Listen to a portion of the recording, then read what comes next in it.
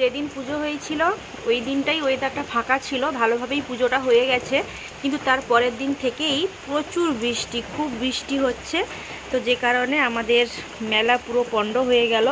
তো অনেক অনুষ্ঠান সূচি ছিল, বাট আজকে চতুর্থ দিন মেলা, কিন্তু দ্বিতীয় দিন থেকেই বৃষ্টি হচ্ছে।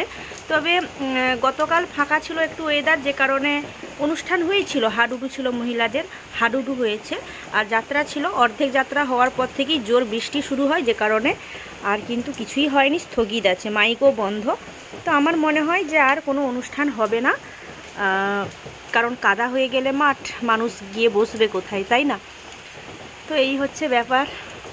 সবার আশাতে জল ঢেলে দিল এই বৃষ্টি, কারণ অনেক মানুষের অনেক কিছু প্ল্যান ছিল, কি কি কেনাকাটা করবে, আনন্দ করবে, এই সব ব্যাপারগুলো ছিল। যেরকম আমার মেয়ের ইচ্ছা ছিল ট্রাম্পোলিনে চড়বে, কিন্তু সেটা হলো না, যে কারণে কান্নাকাটিও শুরু করে দিয়েছিল সকালে উঠে।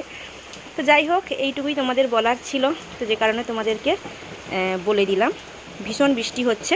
তোমরা যেখান থেকে ভিডিও দেখছো, তোমাদের ওখানকার ওয়েদার কেমন, বৃষ্টি হচ্ছে কিনা অবশ্যই কিন্তু কমেন্ট করে জানিও, ঠিক আছে?